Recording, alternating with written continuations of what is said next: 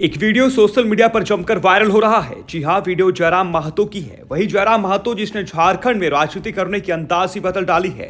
लोग डुमरी विधायक जयराम महतो को रियल लाइफ हीरो मानने लगे हैं। वही हीरो जैसे तीखी तेवर, वही ऑन स्पॉट एक्शन, वही निडर निर्भीक अंदाज। दरअसल डुमरी विधायक जयराम महतो और डीवीसी के अधिकारियों के बीच तीखी नोकझोंक हुई है। ये विवाद रेतों और विस्थापित लोगों के मुद्दे को लेकर हुआ। विधायक जयराम महतो ने डीवीसी के डीजीएम पर भड़कते हुए कहा कि रेत और विस्थापित आज भी अपने अधिकारों के लिए संघर्ष कर रहे हैं। इस मामले में विधायक जयराम महतो ने डीवीसी को चेतावनी दी है कि अगर रेतों और विस्थापित लोगों के मुद्दे का समाधान नहीं किया गया तो वे आंदोलन करने के लिए मजबूर होंगे। क्या लिखा है? बिजली चाहिए, सड़क चाहिए, पानी चाहिए, आउटसोर्सिंग में रोजगार चाहिए। इसमें आप एक भी विषय में आप पॉजिटिव नहीं है, एक भी विषय में आप पॉजिटिव नहीं है। तो आपसे नीतिपूर्वक होगा कि नहीं महोदय? आपसे कोई शत्रुता नहीं है। आप भी किसी के पिता है, किसी के भाई है, हमें आपसे कोई शत्रुता नहीं है। आपसे होगा कि नहीं, आप स्वीकार नहीं कर पा रहे हैं। बिजली, पानी, सड़क क्या मांग रहे हैं? ना ये लोग रैक मांग रहे हैं, ना टेंडर मांग रहे हैं, ना आउटसोर्सिंग एजेंसी में अपना कुछ नहीं मांग रहे। बताइए, आपने एकदम स्पष्ट बोलिए, आपसे कोई लड़ने का हमारा इरादा नहीं है कि आप सक्षम हैं कि नहीं है। क्या हम लोग अन्य तरीके से लड़ाई को लड़ लें? देखिए, बर्बाद तो होना है, झारखंडियों का अपने राज्य में बर्बाद होना ये तो तय है। आप एकदम खुल के बोल दीजिए कि आपकी जो भी समस्या हम सुने, हम सक्षम नहीं है। अगर सक्षम भी है तो हमें प्रेशर ऊपर का हम नहीं करते। नहीं, देखिए महोदय, आपके जो डिमांड है हम हेडक्वार्टर भेज देंगे। कब क्या हेडक्वार्टर? आज सुनिए, दादाजी मर गए, जमीन का मुआवजा और नियोजन की लड़ाई लड़ते लड़ते पिताजी अंतिम पड़ाव में है और बेटा को ही बोल के जाएंगे बेटा लड़ लेना। 3 पीढ़ी हमारी बर्बाद हो चुकी है विस्थापित क्षेत्रों में। हेडक्वार्टर कहाँ है? हेडक्वार्टर भेज देंगे, हेडक्वार्टर भेज देंगे। आप आज स्पष्ट बोलिए, आपसे होगा या आपसे होगा, नीतिपूर्वक होगा या हम लोग कुछ क्रांति की मसाल फूके यहाँ फिर से? नीतिपूर्वक काम होगा कि नहीं होगा? बोलिए, क्या मांग हो रहा है? बताइए क्या है, बताइए तो बोलिए, या हम लोग यहाँ क्रांति की मसाल फिर फूके कर्मों में? क्या मजबूरी है? आपकी कोई मजबूरी हुई बताइए, नहीं होगा हमको व्यक्तिगत बताइए। अगर आपको सार्वजनिक लग रहा है कि आपकी लोग हंसी होगी और लोग आपका मजाक उड़ाएंगे, आप हमको व्यक्तिगत बताइए क्या मजबूरी है? एक भी विषय में आप सहमति नहीं है। इनका खेत में छाई गिरा देते हैं। आज तो मैंने आप लोग खुद मिनट्स में लिखते हैं कि हम उसकी भरपाई करेंगे, खेत का समतलीकरण देंगे, छाई को हटाएंगे, मुआवजा देंगे, अभी तक नहीं दे पाए हैं। हेडक्वार्टर कहाँ है? हेडक्वार्टर अरे उतना दिन में लोग तो भगवान और ईश्वर अल्लाह को खोज लेता। बताइए, लोग तो नाम गिना रहे हैं कि लोग गया इलाहाबाद छपरा से आए लोग कब्जा करके बैठे हैं जिनका 1 इंच जमीन नहीं है। ये लोग अपना पूरा मैंने एकड़ में जमीन दे दिया। ये लोग भीख मांग रहा है, एकड़ में जमीन देके बैठा है। 1 एकड़, 4 एकड़, 5 एकड़ जमीन देके बैठा है, लोग भीख मांग रहा है जमीन बैठ के। और जो लोग कहाँ से आए हैं, इन्हें कुछ सारोकार नहीं है, वे लोग मार्केट लेके बैठे हैं, उनको बिजली सड़क सब सुविधा दे रहे हैं। आप लाचार हैं, बोलिए। आपकी लाचारी पे हमको भी एक तरह सारा बिल्कुल गुस्सा नहीं आ रहा है। छोड़ दी सब, क्या झूठ मूठ, आप भी अपना समय ले रहे हैं, मेरा भी समय ले रहे हैं। एक भी विषय में आपको कोई चीज नहीं है। क्या मजबूरी है? आप स्पष्ट बताइए, एकदम स्पष्ट बताइए आपकी मजबूरी क्या है। क्या आप बोल दीजिए कि हम सक्षम नहीं है इन विषय पे बात करने के लिए, हम लोग कोई रास्ता ढूंढेंगे। वैसे भी हम लोग कोई और रास्ता ढूंढ के ही झारखंड राज्य लिए हैं। नीतीश से झारखंड राज्य मिलने वाला था। हम लोग कोई और रास्ता ढूंढ के ही राज्य लिए हैं तो अपना अधिकार भी ले लेंगे, जो बचेंगे वो लेंगे। ऐसा है कुछ? अगर है तो आपसे नहीं लड़ेंगे, हम सदा यही बात को रखें। आपसे नहीं लड़ेंगे। अगर आप सुनिए बहुत देर से हम सुने, और आपका जो भी आपका तर्क है बहुत उदासीन तर्क है। आप किसी भी तर्क में रैयत के पक्ष में नहीं दिख रहे हैं। आपका एनर्जी दिख ही नहीं रहा है। सुनिए, आप देखिए, हम बार बार कह रहे हैं कि सही बात है कि हम लोग लड़ते लड़ते बहुत थक चुके हैं। बरसों से, सदियों से हम लोग लड़ रहे हैं, पर हम लोग विराम चाहते हैं। हम युद्ध नहीं चाहते, हम लोग विराम चाहते हैं। तो हम आप भी एक मनुष्य, आपसे हमारा कोई मतभेद नहीं है, लेकिन क्या आप लाचार हैं तो बताइए, हम सदन नहीं लड़ेंगे। क्या आपका डीवीसी प्रबंधन लाचार है किसी पॉलिटिशियन के सामने? नहीं तो आप एक भी इनके विषय को आप स्वीकार नहीं कर रहे।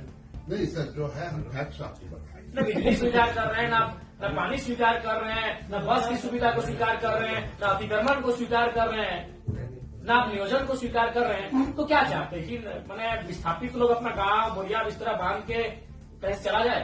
नहीं, हमारा वो मतलब नहीं है जो हमारे यहाँ अभी जो देखिए, आज आप लोगों पे बिल्कुल ऐसा लग रहा है कि हम डीवीसी के कोई पदाधिकारियों से नहीं, हमको लगता है डीवीसी कुछ लाचार व्यक्तियों से बैठे हैं। आप लोग भी अपने सही बात। आज आप ऑटोमेटिकली जयराम महतो जब विधायक नहीं था तो हमको पदाधिकारी पे गुस्सा लगता था, लेकिन आज आप लोग पे दया लग रहा है। लेकिन आप लोग भी तो लाचार नहीं है। आज हमको ना टेबल पटकने का मन कर रहा है, ना आपसे हमको गुस्से में बात करने का मन कर रहा है, हमें आप पे दया लग रहा है। क्या आपकी मजबूरी क्या है? एकदम आप लोग मजबूर लग रहे हैं। इतने बड़े बड़े पदाधिकारी जो मतलब अगर हम इसको अगर पुलिस मैंने प्रशासन से जोड़े तो आप लोग डीसी और एसपी रैंक के पदाधिकारी हैं, आप लोग एकदम लाचार लग रहे हैं वो अंगूठा छाप नेताओं के सामने। क्या हमने बता दी, खुल के बता दीजिए। बिल्कुल हमें आपसे लड़ने का कोई शौक नहीं। आज सच बोल रहे हैं, आज हमको आप पे एग्रेशन नहीं, एकदम आज आप पे हमको दया लग रहा है कि आप लोग लाचार हैं। नहीं तो एक भी स्टेटमेंट, क्योंकि हम मरना होगा।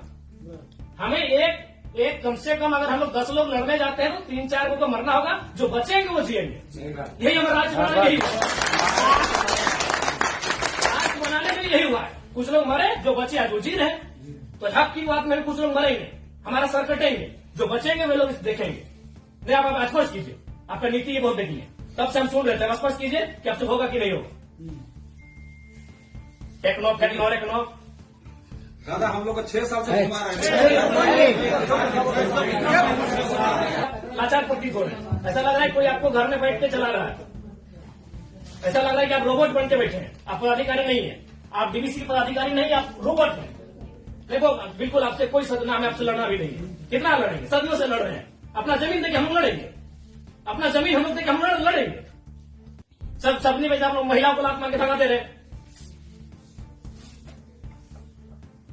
भाई गजब, मानवता का कोई मुनाफा सबसे बड़ा चीज मुनाफा है, कहीं मानवता नहीं है। आप एक गिलास पानी पीजिए महोदय और ठंडा होकर बोलिए कि आप सक्षम है कि नहीं है। बिल्कुल आपको दोष नहीं देंगे, बल्कि आप फले फूले ये दुआ देंगे और आज हम लोग कोई दूसरा रास्ता अपनाएंगे। नहीं देखिए नहीं जो है आप लोग, अब हम लोग भी वही कब्जा कराएंगे जहां कब्जाधारी है। बस हम लोग भी वही बिजली का तार लगाएंगे जहां गलत तरीके चल रहा है। हम भी उसी क्वार्टर का कब्जा करेंगे जहां कोई कब्जा करके बैठा है। बहुत गलत, नहीं अब गलत आप लोग कर रहे हैं, पता आप खुद स्वीकार कर रहे हैं। अनऑथोराइज है, तो अनऑथोराइज लोग कैसे फल फूल रहे हैं? बाथरूम हटा के घर कोई बना दे रहा है, मार्केट बना दे रहा है बाथरूम हटा के, और आपको कोई जानकारी नहीं, आपको कोई सूचना नहीं। महोदय समय मत गवाइए। सब दिहाड़ी काम करने वाले लोग हैं, दिन में कहीं खटते कमाते हैं तो रात को चूल्हा जलता है। समय मत गवाइए। आप बोल दीजिए कि हमारे अधिकार क्षेत्र से ये विषय बाहर है, आपको जो करना है कर लीजिए, ये कर लेंगे। अगर इनमें सामर्थ्य है, इनमें जान है, इनमें क्षमता है, कर लेंगे, और नहीं तो गुलामी स्वीकार करेंगे। आजादी और गुलामी दो ही तो चीज है। अपना खेत कल्याण देख के भी गुलामी स्वीकार करें। बता देने आप एकदम, आपसे कोई सदुर, आराम से ठंडा पानी पीजिए, बिस्किट है आपके टेबल में खाइए, और एकदम ईमानदारी से दिल पे हाथ रख के कह दीजिए कि आपसे होगा कि नहीं होगा, और होगा तो कौन सा काम होगा, और नहीं होगा तो एकदम स्पष्ट बोलिए। और बिल्कुल अपने अपने विवेक से और अपने अधिकार क्षेत्र का प्रयोग करके, वो नेताजी को इधर उधर टेलीफोन करके नहीं हमारा जो हेडक्वार्टर को जो आपके जो ये पॉइंट्स है, हम ये करके चर्चा करते हैं उनको। कितना दिन महोदय हेडक्वार्टर में जो है हम लोग बातचीत करके इसको जो है बातचीत करते करते हमारी कई पीढ़ी बर्बाद हो गई।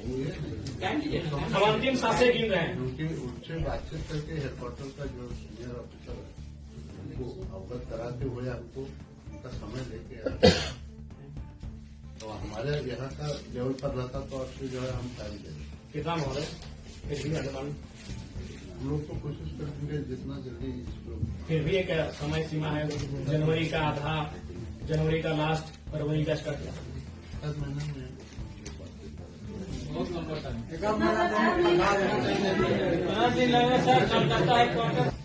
26 जनवरी भारत एक गणतांत्रिक देश के रूप में सामने आया था। 26 जनवरी आप एक मिनट्स अभी तैयार कर दीजिए, और इस मिनट्स को एक आप कॉपी अपने पास रखिए, एक कॉपी इनको दे दीजिए। और 26 जनवरी एक पर्याप्त समय है। आप उस दिन के बाद से रैयत उस दिन तिरंगे को सलामी देते हुए एक नई प्रेरणा और प्रण लेने का काम करेंगे, यदि आप फेलियर होते हैं तो।